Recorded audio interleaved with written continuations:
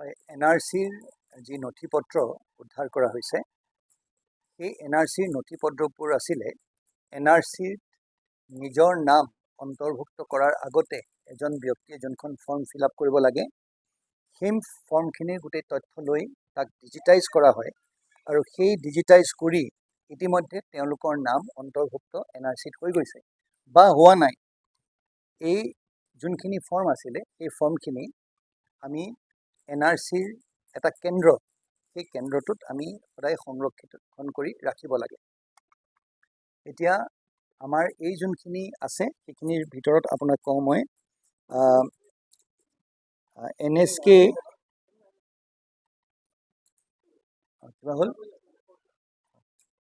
তো NSK আমাৰ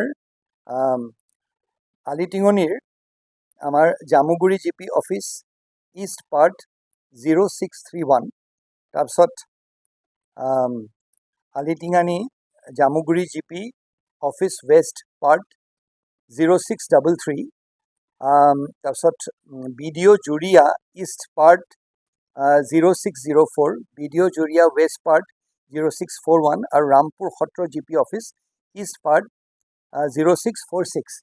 এইকেইটা অঞ্চলৰ আমাৰ যোনখিনি হেৰি আছিলে NRCৰ যোনখিনি ডকুমেণ্ট আছিলে, ডিষ্ট্ৰিক্ট প্ৰজেক্ট ছুপাৰভাইজাৰ এজন থাকে আৰু ডিষ্ট্ৰিক্ট প্ৰজেক্ট ছুপাৰভাইজাৰ আমাৰ NRC যোনটো সেৱা কেন্দ্ৰ আছিলে সেই সেৱা কেন্দ্ৰটো আমাৰ এটা এই চিঠিখনৰ মতে আমাৰ 2022 ধিং এই চাৰ্কল অফিচাৰে দিছে 4 ফেব্ৰুৱাৰীত।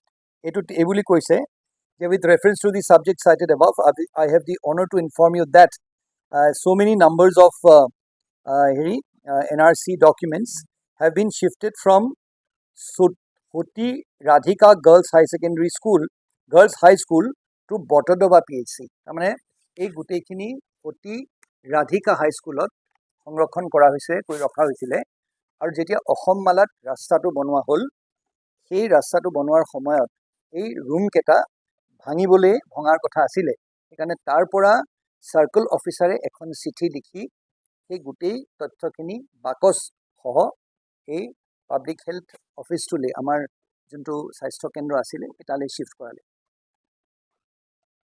2019ত এই কাগজখিনি সংৰক্ষণ কৰিবলৈ ৰখা হৈছিলে, 2022ত এটা নতুন জেগালৈ নিয়া হ'ল। 2022ৰ পৰা আজি 2025 হ'ল, তাৰ মাজতে সেই হস্পিটেলটো হেৰি অৱস্থাত নাছিলে, যদিও সংৰক্ষণ কৰা হৈছিলে হস্পিটেলটো ইউজ হৈ থকা নাছিলে।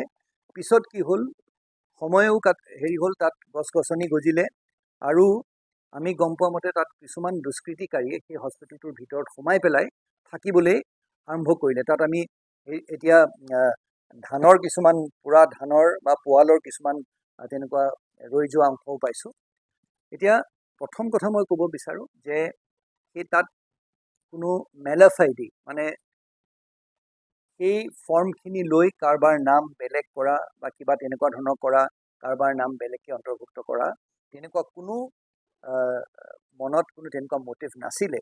আৰু সেইখিনি নাম ডিজিটাইজ হৈ গোটেই তথ্যখিনি চাই যিখিনি ব্যক্তিৰ নাম অন্তৰ্ভুক্ত হ'ব লাগে বা যিখিনি হ'ব নালাগে সেই প্ৰক্ৰিয়া ইতিমধ্যে শেষ হৈছে। এই কাগজখিনি সংৰক্ষণ কৰি ৰাখিবলগীয়া দায়িত্ব আছিলে, হয়, কিন্তু এই কাগজখিনি সংৰক্ষণ কৰি ৰখাৰ বাদে কিন্তু তাৰ চৰকাৰী দিশটোত তাৰ আৰু বেলেগ এতিয়া আৰু কোনো কাম নাই। সেইখিনি কাগজ লৈ পেলাই কাৰোবাৰ নাম অন্তৰ্ভুক্ত কৰিব পৰা বা নাম কৰ্তন কৰা সেই তেনেকুৱা ধৰণৰ কোনো কথা নাছিলে। এটা কথা মই মানিছোঁ, হয়, যে সেই কাগজখিনি পাব্লিক হেল্থ চেণ্টাৰটো, সেই স্বাস্থ্য কেন্দ্ৰটোত য'ত ৰখা হৈছিলে সেইখিনি আমি আৰু বেছিকৈ সংৰক্ষণ কৰি ৰাখিব লাগিছিলে। কোনোবা মানুহ তাৰ ভিতৰত সোমাই আহিলে সেইটো হ'ব নালাগিছিলে, তাৰ বাবে আমি দুখিত। কিন্তু এষাৰ কথাও লগতে আমি ক'ব বিচাৰিম যে ইয়াত কোনো তেনেকুৱা ধৰণৰ ইণ্টেনশ্যন বা মেলাফাইডি নাছিলে যাতে এইটো লৈ পেলাই তাত কিবা দুষ্কৃতিকাৰীয়ে বা কোনোবাই কিবা বেয়া কাম কৰিব। এটা কথা, এই বস্তুখিনি পাই এজন কাবাডীৱালাই এই কাগজ চানাচুৰ বিক্ৰী কৰা কাগজ যিজন মানুহে কিনে বা বিক্ৰী কৰে, কোনোবা এজন দুষ্কৃতিকাৰীয়ে সেই দেখিলে যে সেই ঘৰটো বন্ধ, সেই বন্ধ ঘৰটোৰ ভিতৰত তেওঁ সোমাই পেলাই তেওঁ সেই বস্তুখিনি উলিয়াই অলপ অলপকৈ এই কাবাডীৱালাবিলাকক তেওঁ বিক্ৰী কৰিছিলে। এই কাবাডীৱালা যোনজন আছে, যোনজনে এই কাগজ পত্ৰ সেই তেনেধৰণে কিনি বিক্ৰী কৰে, তেওঁক আটক কৰা হৈছে। এতিয়া যিজন ব্যক্তিয়ে সেই তলাটো খুলি মনে মনে সেই তলাটো খুলি যোনজন দুষ্কৃতিকাৰীয়ে সেই তলাটো খুলি এই দুষ্কৰ্ম কৰিছিলে তেওঁকো আটক কৰা হ'ব।